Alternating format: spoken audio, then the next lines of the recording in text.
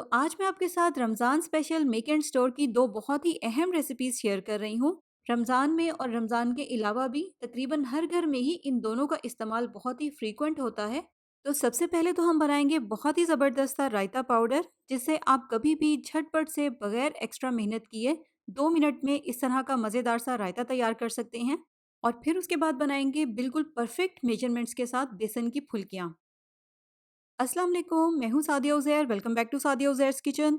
Video को like, share और YouTube channel को सब्सक्राइब ज़रूर कीजिएगा, क्योंकि आपको मिलेंगी मेरे चैनल पर इस तरह की बहुत सारी मज़े-मज़े की नई-नई क्रिएटिव और ऑथेंटिक रेसिपीज़। बिस्मिल्लाहिर्रहमानिर्रहीम। तो यहाँ पर मैंने ये रायता पाउडर बनाने के लिए एक बड़े साइज़ का बंच लिया है पुदीने का और एक बड़े साइज़ का बंच लिया है धनिये का। पुदीने के मैंने पत्ते तोड़ लिए हैं, लेकिन धनिये को यहाँ पर मैंने इस तरह से डंडियों के साथ ही रखा है। अब यहाँ पर मैंने इनको साफ़ करने के बाद बहुत अच्छी तरह से धोकर खुश्क कर लिया है। अब इनको हमने ड्राई करना है। अब खुश्क हमने इसको धूप में करना है। इसके लिए आप इस तरह से कोई भी साफ़ कपड़ा ऐसी जगह पर बिछा दें जहाँ पर धूप सारा दिन आए। उसके बाद इस कपड़े के ऊपर इस तरह से हम इन दोनों को फैला देंगे। बस यहाँ पर अब हमने इनको इतनी देर के लिए धूप में छोड़ना है जब तक कि ये बहुत अच्छी तरह से खुश्क हो जाए। अब तेज़ धूप है तो ये 1 दिन में भी अच्छी तरह से ड्राई हो सकता है, 2 या 3 दिन भी लग सकते हैं। बस तब तक इसको हमें धूप में सुखाना है जब तक कि ये बहुत अच्छी तरह से क्रिस्पी ना हो जाए। तो इनको इसी तरह से धूप में पड़ा रहने देंगे। इसके बाद नेक्स्ट यहाँ पर हम लेंगे 12 से 15 हरी मिर्चें। ये हरी मिर्चें बिल्कुल भी ज़्यादा नहीं है, क्योंकि ड्राई होने के बाद इनकी जो तेज़ी है वो थोड़ी-सी कम हो जाती है। और हरी मिर्चों के साथ-साथ यहाँ पर मैंने 8 से 10 जबे लहसुन के लिए हैं। अब हरी मिर्चों को हम इस तरह से बारीक-बारीक चॉप कर लेंगे, जबकि लहसुन को इस तरह से बारीक-बारीक स्लाइसेस में काट लेंगे। अब इन दोनों की कटिंग करने के बाद इनको भी हमने सेम धनिये और पुदीने की तरह धूप में रखकर ड्राई करना है। यहाँ पर अब इन सारी चीज़ों को 2-3 दिन लगेंगे ड्राई होने में। धनिया पुदीना 1 दिन में भी ड्राई हो सकता है अगर तेज़ धूप है। लहसुन और हरी मिर्चों को 2 से 3 दिन लग सकते हैं अगर धूप हल्की है तो। तो यहाँ पर ये सारी चीज़ें बहुत अच्छे से ड्राई हो गई हैं। ये है धनिया और पुदीना, दोनों को मैंने एक ही प्लेट में निकाल लिया है।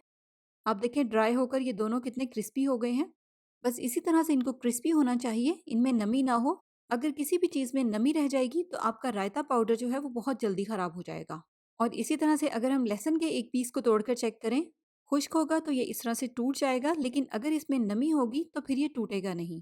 तो बस जब ये सारी चीज़ें ड्राई हो जाएंगी तो फिर हम तैयार करेंगे रायता पाउडर। अब सबसे पहले यहाँ पर हम एक फ्राइंग पैन में लेंगे 1/3 कप साबित ज़ीरा। इसके नीचे मीडियम लो फ्लेम ऑन करेंगे और लगातार हिलाते हुए इसको ड्राई रोस्ट करेंगे, जब तक कि इसमें से अच्छी सी भूनने की खुशबू आने लग जाए। तो देखिए सिर्फ 1 से 2 मिनट में ही इसका कलर भी हल्का सा चेंज हो गया है। बस अब इसके नीचे फ्लेम को ऑफ करेंगे और फ़ौरन से इसको ठंडा करने के लिए किसी दूसरे बर्तन में निकाल लेंगे। इसको आपने किसी ठंडे बर्तन में निकालना है, इसी पैन में नहीं छोड़ना, वरना ये ज़्यादा डार्क हो जाएगा। तो ज़ीरे को यहाँ पर ठंडा होने देंगे और उतनी देर में यहाँ पर हम एक ग्राइंडिंग जार में डालेंगे लहसुन जो हमने ड्राई किया है।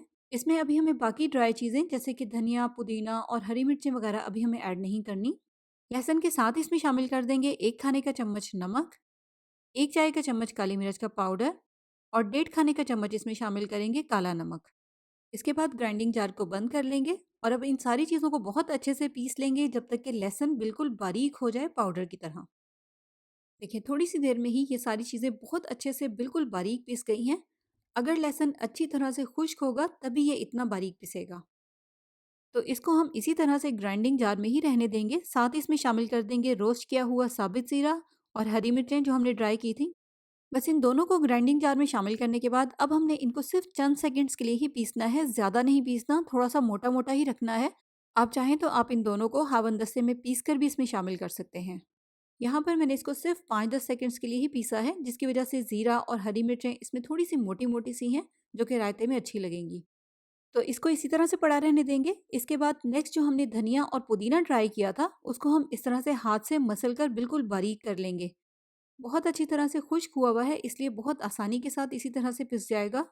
इसको हमें ग्राइंड करने की ज़रूरत नहीं है, क्योंकि उस तरह से फिर ये बिल्कुल बारीक हो जाएगा पाउडर की तरह, जबकि इसको भी हमें थोड़ा सा मोटा मोटा ही रखना है। लेकिन चंद सेकंड्स ही अगर आप इसको हाथ से मैश करेंगे तो ये इस तरह का हो जाएगा। आप चाहें तो आप इसको हावन दस्ते में भी कूट सकते हैं। तो बस पीस कर इसको भी हम इसी तरह से बाकी सारी चीज़ों के साथ ही ऐड कर देंगे और फिर बहुत अच्छे से इन सारी चीज़ों की मिक्सिंग कर लेंगे। मिक्स करके सारी चीज़ों को बहुत अच्छे से कंबाइन कर लेंगे। तो बस यहाँ पर हमारा ज़बरदस्त सा रायता पाउडर तैयार हो गया है। और इसको स्टोर करने के लिए इस तरह से शीशे की कोई भी साफ स्टेरलाइज की हुई खुश्क बॉटल में निकालें। जो कि एयर टाइट भी हो ताकि इसमें नमी वगैरह ना जाए, क्योंकि अगर इसमें नमी जाएगी तो आपका ये पाउडर बहुत जल्दी ख़राब हो जाएगा। तो बस इस तरह से अच्छी तरह से कवर करके अब आप इसको किचन कैबिनेट में ही स्टोर कर लें, और ये उतनी देर तक ख़राब नहीं होगा जब तक इसमें नमी नहीं जाएगी। तो इसलिए आपने इसको इस्तेमाल करने के बाद बिल्कुल एयर टाइट बंद करके रखना है, और इसको निकालने के लिए भी आपने गीले या गंदे चम्मच का इस्तेमाल नहीं करना।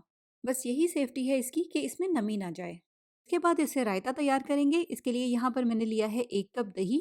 दही अगर गाढ़ा या थिक है तो आप इसमें रायता बनाने के साथ ही थोड़ा-सा दूध भी ऐड कर दें। इसी के साथ इसमें रायता पाउडर ऐड कर देंगे, आधा चाय का चम्मच या अंदाज़े के साथ जितना स्ट्रॉन्ग फ्लेवर आपको पसंद हो।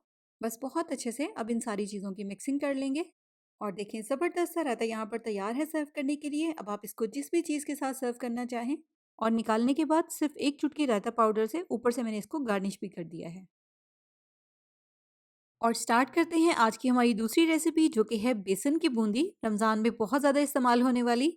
और इसके लिए यहाँ पर मैंने 500 ग्राम यानी कि आधा किलो बेसन लिया है। आधा किलो बेसन के साथ बहुत ज़्यादा क्वांटिटी में ये बूंदियाँ तैयार हो जाएंगी। सबसे पहले स्टेप में, जैसे कि यहाँ पर आप देख रहे हैं, इस सारे बेसन को हमने बहुत अच्छी तरह से एक स्ट्रेनर की मदद से छानना है। बेसन में बड़े-बड़े गुठलियाँ बन जाती हैं, जब आप इस तरह से छानेंगे तो गुठलियाँ अलग हो जाएंगी, तो फिर आप इनको हाथ से ही इस तरह से बहुत आसानी के साथ मैश कर लें। तो सारे बेसन को यहाँ पर मैंने बहुत अच्छी तरह से छान लिया है। अब इसमें हम कुछ और चीज़ें ऐड करेंगे। सबसे पहले इसमें शामिल करेंगे आधा चाय का चम्मच अजवाइन, 1.5 चाय का चम्मच शामिल करेंगे इसमें नमक, आधा चाय का चम्मच साबित ज़ीरा। इसके अलावा हाफ़ टी स्पून इसमें शामिल करेंगे मीठा सोडा। यहाँ पर मैंने इसको मेजरमेंट वाले हाफ़ टी स्पून से मेजर किया है, ऊपर से फ्लैट करके। लेकिन अगर आप घर में इस्तेमाल होने वाले छोटे चम्मच से इसको मेजर करेंगे, तो फिर हाफ़ टी स्पून से थोड़ा-सा ज़्यादा होता है। इसलिए अगर उस चम्मच से आपने इसको मेजर करना है, तो फिर हाफ़ टी स्पून से थोड़ा-सा कम लें। ज़्यादा मीठा सोडा इसमें हमने ऐड नहीं करना। तो पहले इस तरह से अच्छी तरह से बेसन में सारी चीज़ों को मिक्स कर लेंगे, और फिर उसके बाद इसका बैटर बनाने के लिए इसमें पानी शामिल करेंगे। लेकिन पानी हमने इसमें बहुत एहतियात के साथ शामिल करना है, क्योंकि परफेक्ट बूंदी बनाने के लिए बैटर की थिकनेस का परफेक्ट होना भी बहुत ज़रूरी है। ना तो बहुत ज़्यादा पतला बैटर हो और ना ही बहुत ज़्यादा थिक बैटर हो। अब यहाँ पर जैसे कि आपने देखा है, 1 कप पानी तो मैंने इसमें एक साथ ही ऐड कर दिया था। थोड़ा-सा उसको मिक्स करके उसके बाद अभी मैंने इसमें आधा कप पानी ऐड किया है। 250 ml वाला ये कप है। अब इसमें हम बहुत एहतियात के साथ पानी शामिल करेंगे, क्योंकि ना तो हमें बैटर को बहुत ज़्यादा थिक करना है और ना ही इसको पतला होने देना है। इसलिए एक-एक 2-2 टेबलस्पून इसमें पानी ऐड करते जाएँगे, और साथ-साथ इसको मिक्स करके बैटर को चेक करते रहेंगे। इसके अलावा एक बात और नोट कर लें, बैटर को मिक्स करने के लिए या तो फिर आप हाथ का इस्तेमाल करें, या अगर आपके पास इस तरह से विस्क है तो इसका इस्तेमाल करें, ताकि साथ-साथ बैटर बहुत अच्छी तरह से बीट होता जाए। तो अब यहाँ पर आप देखें, दूसरा कप पानी भी मैंने इसमें पूरा ही ऐड कर दिया है। अब यहाँ पर आप बैटर की थिकनेस नोट कर लें, ये बिल्कुल परफेक्ट है। यहाँ पर अब हमें बैटर को 1 आधे मिनट के लिए फाइनली अच्छी तरह से बीट करना है। और अच्छी तरह से बीट करने के बाद यहाँ पर आप देखें, बैटर हल्का-हल्का सा फ्लफ़ी हो गया है, और इसकी थिकनेस कितनी परफेक्ट है। बस इसी तरह का बैटर होना चाहिए, ना तो इससे बहुत ज़्यादा थिक हो और ना ही इससे पतला हो। दोनों सूरतों में ही आपकी जो फुल्कियाँ हैं वो अच्छी नहीं बनेंगी। अब बूंदी को शेप देने के लिए या इसको फ्राई करने के लिए हमने इस तरह के चम्मच का इस्तेमाल करना है। ऐसे चम्मच तकरीबन हर घर में ही होते हैं, कुकिंग के लिए इस्तेमाल किए जाते हैं। मेरे पास ये पोटैटो मैशर है। बूंदी के लिए इसके होल्स का जो साइज़ है वो बिल्कुल परफेक्ट है। इसी तरह से बड़े साइज़ के होल्स वाला आपने कोई भी चम्मच ले लेना है। अब यहाँ पर हमने थोड़ी-सी गहरी कढ़ाई लेनी है, और ज़्यादा ऑयल में हमने इनको फ्राई करना है। इस तरह से बूंदी की शेप जो है वो बहुत अच्छी आएगी। और दूसरा, ऑयल का टेम्परेचर तेज़ गरम होना चाहिए। एक बूंदी डालकर चेक कर लें। जैसे कि यहाँ पर आप देख रहे हैं, ऑयल इतना तेज़ गरम होना चाहिए, जब इसमें हम एक फुल्की शामिल करें तो वो फ़ौरन से ऑयल की सरफेस पर आ जाए, नीचे पैन के पेंदे में ना बैठे। इस तरह से फुल्कियों की शेप अच्छी आएगी, लेकिन अगर पैन के पेंदे में बैठ गई तो फिर वो फ्लैट हो जाएगी। अब फुल्कियाँ शामिल करते हुए चम्मच को इस तरह से हम पैन के ऊपर बिल्कुल सेंटर में रखेंगे। थोड़ा-थोड़ा बैटर इस तरह से हाथ में लेकर चम्मच के ऊपर रख के हल्का सा इसको प्रेस करेंगे तो फुल्कियाँ बनती जाएँगी। ऑयल तेज़ गरम है, फुल्कियाँ शामिल होते ही पैन के सरफेस पर आएँगी और कढ़ाई के साइडों पर इकट्ठी होनी शुरू हो जाएँगी।